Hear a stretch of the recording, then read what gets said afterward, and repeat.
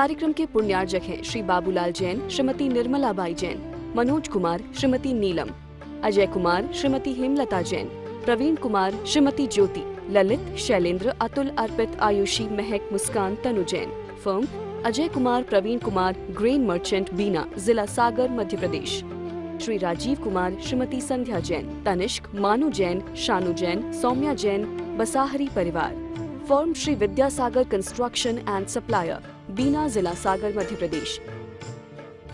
आचार्यों ने कर्मों को क्षय के लिए आगम ग्रंथों में अनेक उपाय बताए हैं, पर उन उपाय में भक्ति भी एक अपना बहुत बड़ा योगदान उन कर्मों को क्षय करने के लिए है।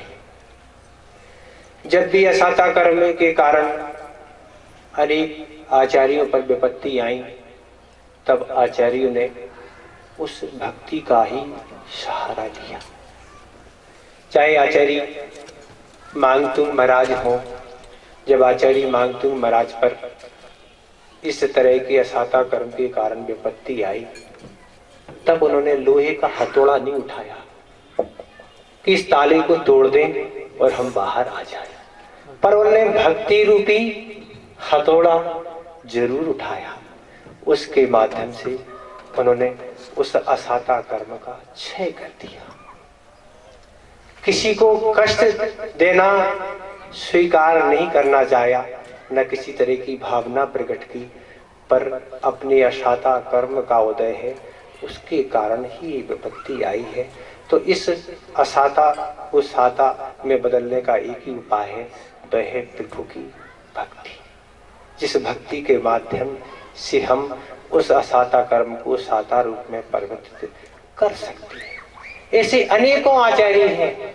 चाहे आचार्य शब्द भद्र महाराज हो, वह कथानक आपको ज्ञात है कि उस राजा ने उस जंजीरों से उनको बांध रखा था और यही कहा था कि इस पिंडी को नमस्कार तुम्हें करना होगा। पर आचार्य शब्द भट्ट महाराज उस समय गृहस्थ अवस्था में थे, चूंकि दिगंबर वेश का त्याग कर चुकी थी। उस समय भी उन्होंने यही कहा था कि पिंडी क्या है, हमारा नमस्कार स्वीकार नहीं कर पाएगी। उस समय यही कहा था, पर राजा का तीव्र आग्रह था, जो भी होगा तुम्हें करना होगा।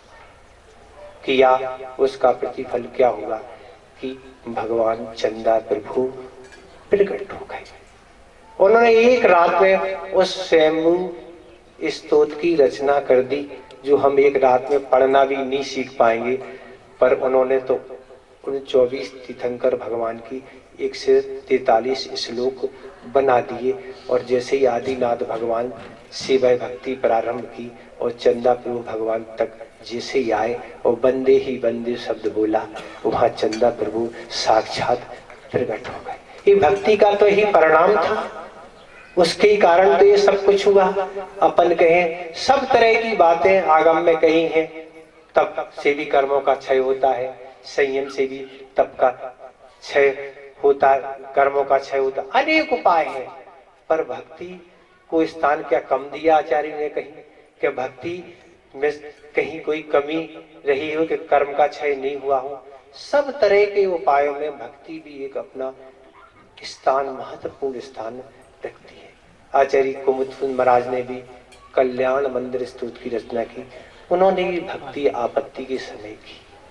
आचार्य कौन एक ही भाव की भी रचना बादीराज महाराज ने की, और भी अनेकों भक्ति के माध्यम से ये उपाय करके उन्होंने अपने असाता कर्म को क्षय किया। पर आचार्य शब्दभद्र महाराज तो एक अनूठे व्यक्तित्व हैं, जिन्होंने स्तुति विद्या में तो लिखा कि भगवान हमें स्तुति करने का व्यसन है।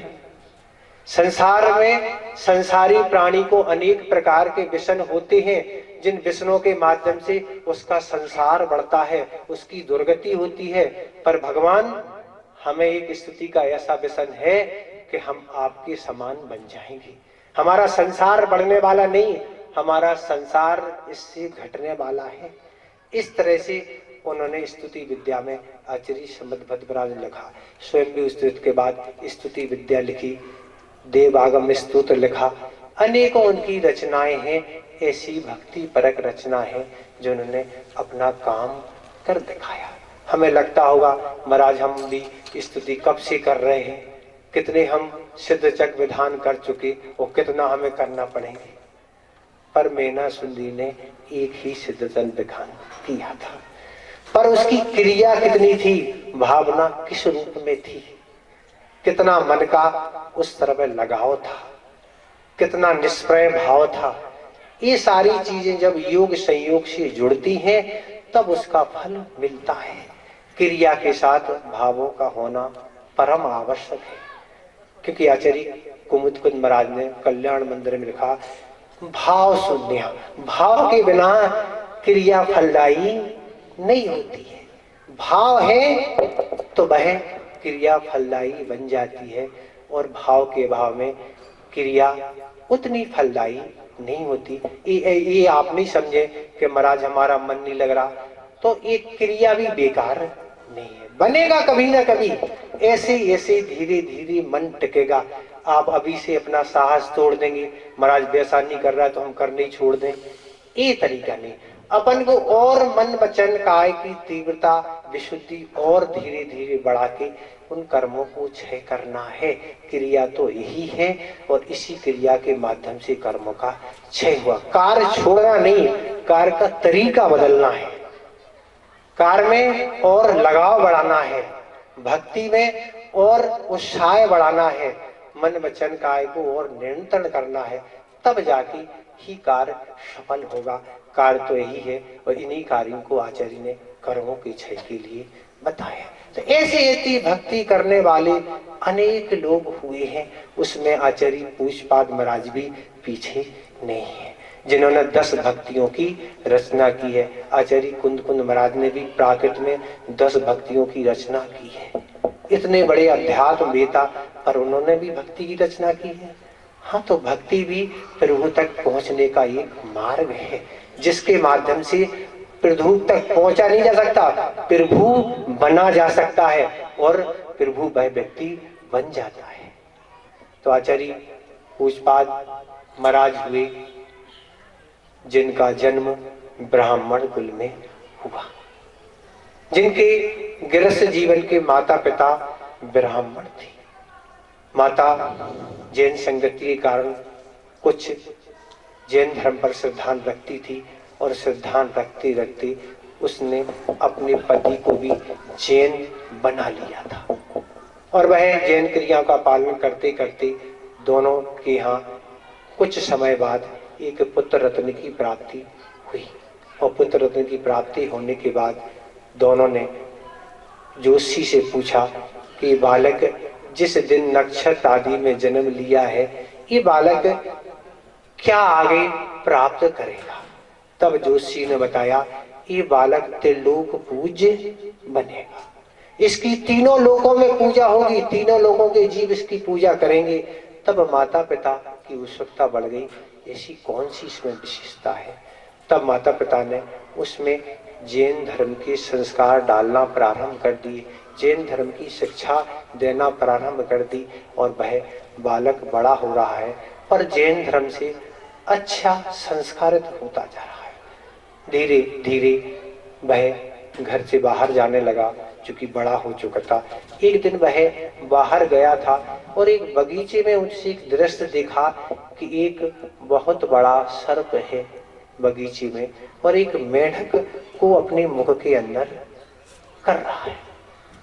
ऐसा जैसे ही दृश्य देखा, उस बालक को लगा कि जिस तरह से बलवान प्राणी ये सर्प जैसे छोटे छोटे त्रैंचकों का जीवन समाप्त कर लेते, इसी तरह मेरा भी जीवन किसी बलवान व्यक्ति के द्वारा समाप्त नहीं कर दिया जाए। इसके लिए हमें कोई उपाय करना चाहिए। चूंकि वह बालक था, उसने दृश्य देख के बहुत भयभीत हो चुका था इस संसार से। संसारी प्राणी आप लोग भी अनेक प्रकार के दृश्य देखते रहते हैं, अनेक साधनों के माध्यम से, पर भी क्या वैराग होता कभी? बस इतना ही होता है कि हम दूसरे को सुना देते। हमने आज ये देखा, क्या ये घटना हमारे साथ भी कभी घटित होगी तो हम क्या करेंगे? ये कभी आपने सोचा क्या करेंगे हम?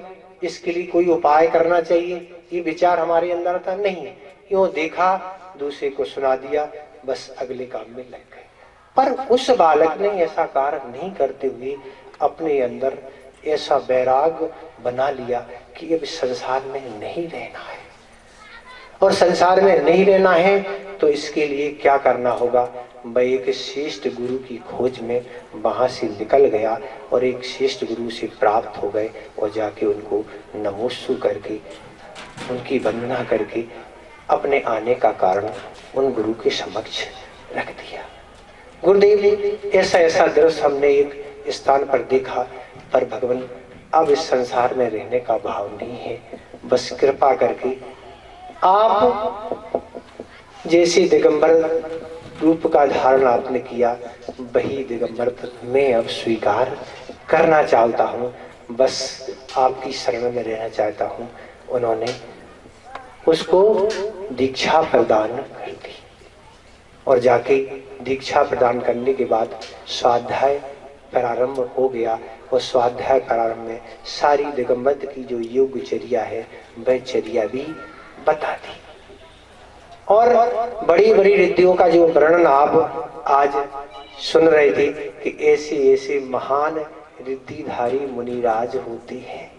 अपने पुण्य का कितना आज अभाव है कि आज ऐसे महारिद्धिधारी मुनिराज के दर्शन नहीं होते। आज पंचम काल में किसी भी रिद्धिधारी का जन्म नहीं होता, कोई भी रिद्धि नहीं होती। सिद्धि होना अलग बात है, पर आज रिद्धियां उत्पन्न नहीं होती है। चारित्र की निर्मलता से ही रिद्धियां प्राप्त होती हैं। जिनका चारित्र जितना निर्दोष निर्मल होता है वह जाके रिद्धि का रूप धारण कर लेती है। तो इस तरह से रिद्धि आदि का वर्णन सारा पढ़ाया, सब कुछ किया। उस बालक मुनिराज का रूप जो धारण कर चुके थे, उनने अनेक प्रकार की तप तपना प्रारंभ कर दी और चारित्र क्या निर्मल बनाते चले गए। उन मुनिराज को ऐसी एक रिद्धि प्राप्त हो गई कि जिससे पानी से उनके चरण धुलाए जाते थे उन मुनिराज को, उस पानी को अगर उस गंधोदक को लोहे में लगा दिया जाए तो स्वर्ण बन जाता था। वह जब भी विहार करते थे तो विहार करते करते जो छोटे छोटे पत्थर जमीन में पड़े रहते थे मिट्टी के साथ, वह सोना बन जाते थे। अगर वह जहां विराजमान होते थे उनसे के शरीर से अगर स्पर्श हवा किसी रोगी को लग जाए तो वह रोगी स्वस्थ हो जाता था। उनको एक ऐसी भी रिद्धि थी कि पैर में लगा ले लेप को तो हवा में उड़ने लगती थी। ऐसी उनको अनेक प्रकार की रिद्धियां उत्पन्न हो चुकी थी और वह पैरों पर लेप लगा के भगवान शिवंदर स्वामी के समुसण में विदेश हित अनेक बार दर्शन करना के लिए जाते थे और वहां भगवान की वाणी सुनते थे और दर्शन लाभ होता था। अनेक बार आना जाना हुआ, पर एक बार असाता कर्म का युग ऐसा बना कि उनके आंखों की ज्योति समाप्त हो गई। आंखों से दिखना बंद हो गया, अब आंखों से दिखते ही नहीं। बड़े चिंतित थे कि हमारे जो भी व्रत लिए हैं उनका आप पालन कैसे होगा। बहुत चिंता थी, आखिर समाधि मरण हम कैसे धारण करेंगे। ईर्ष्या समति भी नहीं, ईषणा समति भी नहीं, कोई कुछ तरह की नहीं। अब हम अपना जीवन कैसे व्यतीत करेंगे, ये दिगंबर चर्या का पालन कैसे होगा। बहुत चिंतित थे, वहां की समाज जन भी चिंतित थे, राजा भी चिंतित था और राजा ने कहा कि हम आपकी आंखों का उपचार कराना चाहते हैं। तो उन्होंने स्पष्ट राजा से मना कर दिया, हमें कोई उपचार नहीं कराना, हम अपने उपचार से दृष्टि वापस ले आएंगे। और वह शांतिनाल भगवान के जिनालय में गए वहीं समीप में और जाके उन्होंने एक शांति अष्टक नाम स्तोत्र की रचना प्रारंभ की उन्होंने उसमें लिखा न स्नेहा चरण प्रांति भगवन पादत्रयम ते प्रजा। यहां से रचना प्रारंभ की। हे भगवान, आपके चरणों में लोग ये संसारीपन स्नेह के कारण नहीं आते हैं, और ये आपका समोषण लगा है, आपका सुंदर रूप है, बहुत तरह तरह की आप में विशेषताएं हैं, इसके कारण नहीं आता है। किसके कारण आता है? इसके कारण आता है कि इस संसारी प्राणी को इस संसार में कर्म सता रहा है, रात दिन कष्ट दे रहा है। उसके इस कर्मों के क्षय के लिए आपके चरणों में आता है, और आपके चरणों में आने से उसके कर्मों का क्षय हो जाता है, और कर्मों का क्षय करने के लिए आता है। ये उन्होंने रचना प्रारंभ की, और प्रारंभ करते करते रचना के पूर्ण करते हुए उन्होंने अंतिम में लिखा दिष्टम प्रसन्नाम कुरु। हे भगवान, आंखों से हमें आपकी छवि दिख नहीं रही है, आपका दर्शन नहीं हो रहा है। जैसे उन्होंने इतने शब्द के दिष्टम प्रसन्नाम कुरु, दोनों आंखों की ज्योति पुनः यथावत वापस आ गई। तो ये भक्ति का तो ही परिणाम था, भक्ति के कारण तो ये हुआ। अपन कहते भक्ति से कुछ फल नहीं मिलता है। कार्य में अनेक प्रकार के तरीके होते हैं, जब श्रद्धा भाव से किया जाता है और अच्छी तरह से किया जाता है तो फल तो अवश्य मिलता है। तो इस तरह से उनकी ज्योति वापस आ गई। उन्होंने अपना आगामी जीवन संयम के साथ अच्छे से व्यतीत किया। तो इसी तरह आप भी इस भक्ति प्रभाव में व्यतीत कर रहे हैं, तो अपने भक्ति को अच्छा बनाने के लिए अनेक उपाय हैं। सिद्धचक विधान चल रहा है, सिद्धों चल रही है, उनके गुणों के बारे में पढ़ें। इस कार्यक्रम के पुण्यार्जक हैं Shri Babulal Jain, Shrimati Nirmala Bai Jain, Manoj Kumar, Shrimati Neelam, Ajay Kumar, Shrimati Hemlata Jain, Praveen Kumar, Shrimati Jyoti, Lalit, Shailendra, Atul, Arpit, Ayushi, Mahak, Muskan, Tanu Jain. Firm Ajay Kumar, Praveen Kumar, grain merchant, Bina, जिला सागर, मध्य प्रदेश। श्री राजीव कुमार, श्रीमती संध्या जैन, तनिष्क, मानु जैन, शानु जैन, सौम्या जैन, बसाहरी परिवार। Firm Shri Vidyasagar construction and supplier, Bina, जिला सागर, मध्य प्रदेश।